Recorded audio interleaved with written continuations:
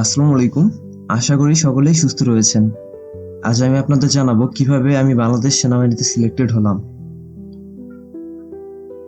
আমি বাংলাদেশ বিমান বাহিনীতে 3 বার ভাইবা থেকে বাদ পড়ি এবং সেনাবাহিনীর 2য় মাঠে সিলেক্টেড হই।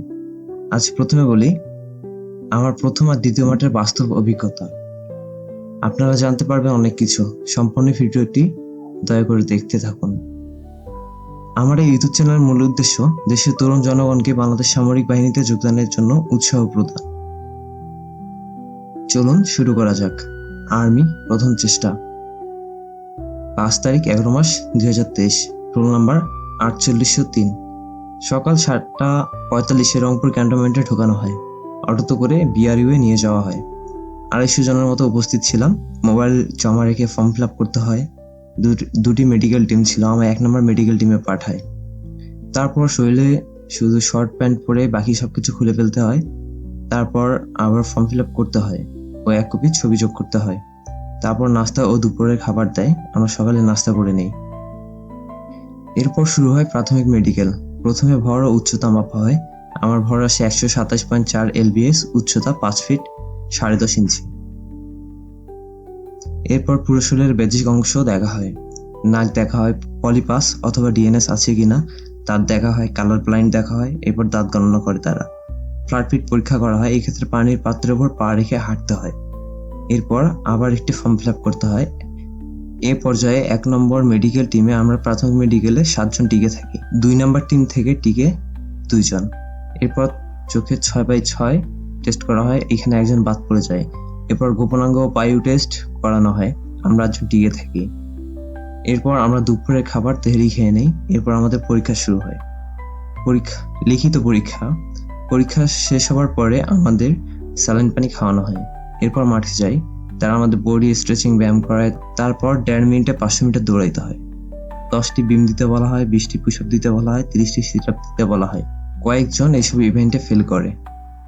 আমরা মাঠ থেকে ফিরে রেস্ট নেই, পোশাক পরি। এরপর আমাদের ভাইবা শুরু হয়।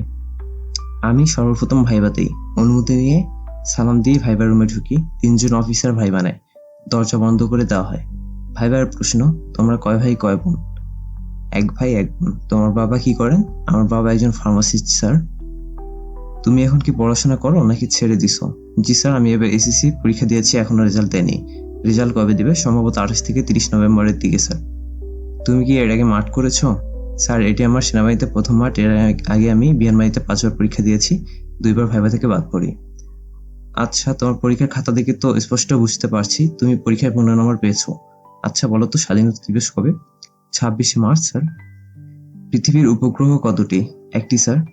চাঁদ। মহাদেশ কতটি? মহাদেশ 7টি। মহাসাগর কতটি? 5টি স্যার। মুক্তিযুদ্ধের সময় বাংলাদেশকে কতটি সেক্টরে ভাগ করা হয়? 11টি স্যার। তুমি তো বিজ্ঞান বিভাগে পড়াশোনা করেছো। জি স্যার। বলো তো কোষের ভিতরে কি কি থাকে? কোষ প্রাচীর, কোষ কবর, কোষ ঝিল্লি, গোলজি বস্তু, নিউক্লিয়াস ইত্যাদি স্যার। মাইটোকন্ড্রিয়া কি? মাইটোকন্ড্রিয়া কোষের শক্তিঘর। আপাতত এটুকুই মনে পড়ছে স্যার। তুমি কেন বাংলাদেশ সেনাবাহিনীতে যোগদান করতে চাও?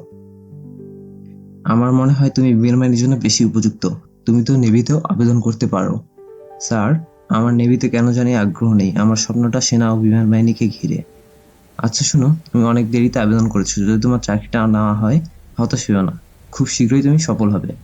ইনশাআল্লাহ স্যার। আমি তোমার সাফল্য কামনা করি। দেখি আমি তোমার জন্য কিছু করতে পারি কিনা। তুমি এখন আসতে পারো। জি স্যার। আসসালামু আলাইকুম। দরজাটা বন্ধ করে যাও। জি স্যার। এরপর 20 মিনিট মতো পরে 2য় জন ভাইবা দেয়।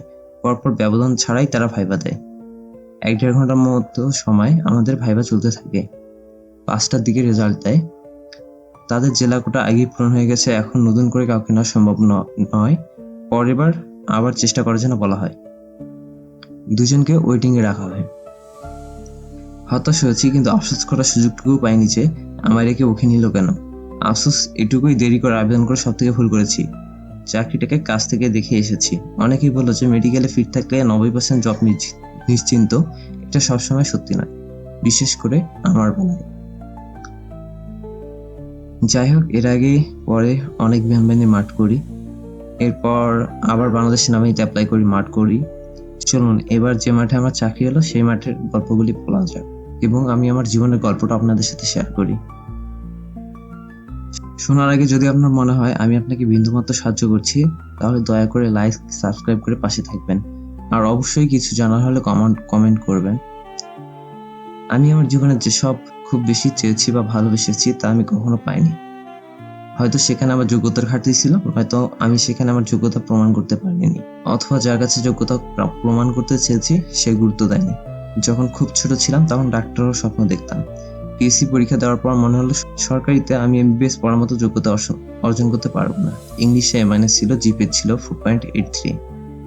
তখন অষ্টম শ্রেণীতে উঠলাম, স্বপ্নের এক বিরাট পরিবর্তন হলো। ইচ্ছে ছিল কম্পিউটার সায়েন্স নিয়ে পড়বো। এরপর এসএসসি পরীক্ষা দিলাম। পরিবারের লোকজন ছাড়া বাইরে অনেকেই বলতো যে তোর দ্বারা কিচ্ছু হবে না। তার উপর কেউ একজন ছিল যাকে হারানোর প্রচন্ড ভয় ছিল। তখন থেকেই খুব দ্রুত প্রতিষ্ঠিত হওয়ার ভূত মাথায় চাপে। বাংলাদেশ বিমানবাহিনীতে 49তম এমআরসিতে এন্ট্রিতে পরীক্ষা দিলাম। পরীক্ষাতে পাশ করার পর মেডিকেলে বাদ পড়লাম। সমস্যা ছিল জিডিএনএস। ব্যর্থ হয়ে যেন বিমানবাহিনীতে আগ্রহটা একটু বেশি জন্মালো। এরপর অপারেশন করলাম, কারণ চাচ্ছিলাম না আমার শরীরে কোনো খুঁত থাকুক।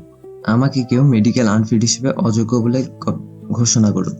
আমার প্রচুর আত্মবিশ্বাস ছিল যে আমার সামরিক বাহিনীতে চাকরি হবেই। এরপর আরো 9বার বিমানবাহিনীতে বিমান সেনা পদে পরীক্ষা দিলাম। 51টিতে প্রোভোস্ট ট্রেড থেকে ভাইভা থেকে বাদ পড়ি। 52টিতে প্রোভোস্ট এবং নন টেকনিক্যাল ট্রেডে ভাইভা থেকে বাদ পড়ি। এছাড়া বাকি সব ট্রেডে 2বার আইকিউতে এবং বাকি সময় ইংরেজি, সাধারণ জ্ঞান, পদার্থ ও গণিতে বাদ পড়ি। বিমান সেনা হওয়ার জন্য এতটাই লেগেছিলাম যে সেটাতে ফোকাস করতে গিয়ে এসএসসিতে 2023-এ ফিজিক্সে ফেল করি। আমি 16 বছর বয়স থেকে বিমানবাহিনীতে পরীক্ষা দেওয়া শুরু করেছিলাম। আমার হাতে এখনো পরীক্ষা দেওয়ার আরো সুযোগ ছিল। আমি মনে প্রাণে বিশ্বাস করতাম যে একদিন না আমার একদিন এয়ারফোর্স অথবা সামরিক বাহিনীতে চাকরি হবে। আমার যতটুকু অভিজ্ঞতা থেকে বুঝতে পেরেছি যে এবার সার্কুলার ট্রেড কম থাকে, এবার বেশি সংখ্যক লোক নিয়োগ দেয় বাংলাদেশ বিমান বাহিনী। আমি খেয়াল করেছিলাম বিমান বাহিনীতে নতুনদের তেমন একটা নেওয়া হয় না। যারা এক বা একাধিকবার ভাইবা থেকে বাদ পড়েছে তাদেরকে পর্যায়ক্রমে নেওয়া হয়। যারা ভাইবা পর্যন্ত দেয় তারা সকলেই বিমান বাহিনীতে চাকরি করার যোগ্যতা রাখে, কিন্তু তারা জেলা কোটার কাছে হেরে যায়। এই কথা আমার না, এই কথা নিয়োগদাতা অফিসারদের। হয়তো আমার বিমান বাহিনীতে চাকরি হতো, কিন্তু আমার হয়তো আর বিমান বাহিনীতে যাওয়ার সুযোগ নেই। 53-র বিমান বাহিনী সার্কুলারটা দেখে খুব কষ্ট হচ্ছিল। যদি আর একটা বার তথ্য নির্বাচনী কেন্দ্রে যেতে পারতাম। ওই জায়গাটা অনেক মায়াবী তো। আমি 2023 সালে সেনাবাহিনীতে ভাইবা থেকে বাদ পড়েছিলাম শুধুমাত্র দেরি করে অ্যাপ্লাই করার জন্য, জেলা কোটা ছিল না। যাই হোক, 10 জুলাই 2024 সালে সেনাবাহিনীতে আবার মাঠ করলাম। মেডিকেল অফিসারকে বললাম, স্যার আমি এর আগে সেনাবাহিনীতে ভাইবা থেকে বাদ পড়েছি এবং বিমানবাহিনীতে 3বার ভাইবা থেকে বাদ পড়েছি। স্যার বললো, তোমার আবার এতই ভাগ্য খারাপ? একজন মেডিকেল অ্যাসিস্ট্যান্টকে বললেন, দেখো তো এই আগের বছর মেডিকেলে কোনো সমস্যা ছিল কিনা। উনি একটি কাগজ চেক করে বললেন, না স্যার, সমস্যা ছিল না। এরপর মেডিকেল করা হলো। আমি আগে থেকে শতভাগ ফিট ছিলাম। তারপর পরীক্ষা, শারীরিক যোগ্যতা যাচাই, ভাইবা হলো। ভাইবাতে মোটামুটি ভালো করেছিলাম, শুধুমাত্র একটা প্রশ্নের উত্তর দিতে পারিনি। স্যার আমার মুগ্ধ হয়েছিলেন। ফর্মাল ড্রেস পরে ভাইবা দেওয়ার কারণে তার ফোনে আমার ছবিও তুলে রেখেছিলাম। আমার মাঠে নম্বর, জিপিএতে 10-এর মধ্যে 9 পেয়েছিলাম, উচ্চতাতে 5-এর মধ্যে 5 পেয়েছিলাম, পরীক্ষার মধ্যে 10-এর মধ্যে 7 পেয়েছিলাম, শারীরিক যোগ্যতায় 10-এর মধ্যে 9.40 পেয়েছিলাম, ভাইভাতে 15-এর মধ্যে 13 পেয়েছিলাম। মোট মার্ক পেয়েছিলাম 43.40, 50-এর মধ্যে। এরপর যেদিন ভোট দেওয়া হলো সেদিন খুব খারাপ লেগেছিল। আমার বাবা একজন পল্লী চিকিৎসক। মানুষ তার বাবার পেশাকে বড্ড ভালোবাসে, আমার ক্ষেত্রেও তাই মেডিকেল করে যাওয়ার খুব ইচ্ছে ছিল। স্যারের কাছে এমসি আবদারও করেছিলাম, কিন্তু এসএসসি রেজাল্ট খারাপ ছিল আমার। বাংলাতে এ- ছিল, ইংলিশে এ, গণিতে এ-, পদার্থতে এ, কেমিস্ট্রিতে এ+, বায়োলজিতে এ+, আইসিটিতে এ+, হায়ার ম্যাথে এ-। স্যার বললেন ফিজিক্সে পাস পাওনি তাই মেডিকেল দেওয়া যাবে না। কিন্তু একই জিপিএতে আরেকজনকে মেডিকেল দেওয়া হয়। ওর ফিজিক্সে বি গ্রেড ছিল, এসএসসি বিজ্ঞান ও এসএসসি মানবিক শাখা থেকে ছিল। আমার এসএসসিতে কোনো সাবজেক্টে বি গ্রেড ছিল না। সেটার থেকে একটু বেশি কষ্ট পেয়েছিলাম। পরক্ষণে বুঝতে পারি যে স্যারের কাছে আবদার করে অনেক বড় ভুল করে ফেলেছি। হঠাৎ সেদিন স্বপ্নটা ভেঙে যায়। সেনাবাহিনীতে পড়ার মধ্যে আমার প্রথম চয়েস ছিল এমসি আর দ্বিতীয় চয়েস ছিল ইএমই। যে স্যার আমার কোড দিয়েছিলেন ওই স্যার আমার ভাইবা নেননি, এসএসসি মার্কশিট থেকে কোড দিয়েছিলেন। তিনি যথেষ্ট জ্ঞানী মানুষ, আমার যোগ্যতা অনুযায়ী উপযুক্ত কোড দিয়েছিলেন। তোমরা যারা সিলেক্টেড হবো তোমাদের যোগ্যতার উপর ভিত্তি করে তারা তোমাকে কোড দিবে।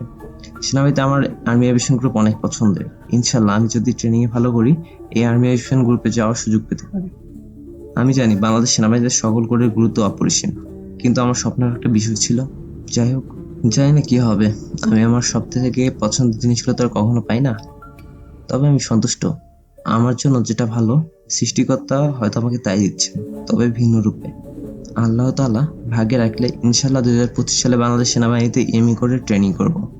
নিশ্চয়ই আল্লাহ সবচেয়ে উত্তম পরিকল্পনাকারী। আলহামদুলিল্লাহ। এরপর আমাদের ব্লাড টেস্ট হয় এবং কিছুদিন পরেই আমরা অ্যাপয়েন্টমেন্ট লেটার হাতে পাই। আমাদের সকলের জন্য দোয়া করবেন আর আপনাদের জন্য শুভকামনা রইল। সেনাবাহিনীর মেডিকেলে কি কি করানো হয় এই বিষয়ে বিস্তারিত জানতে এই ভিডিওটি দেখতে পারেন। ধন্যবাদ।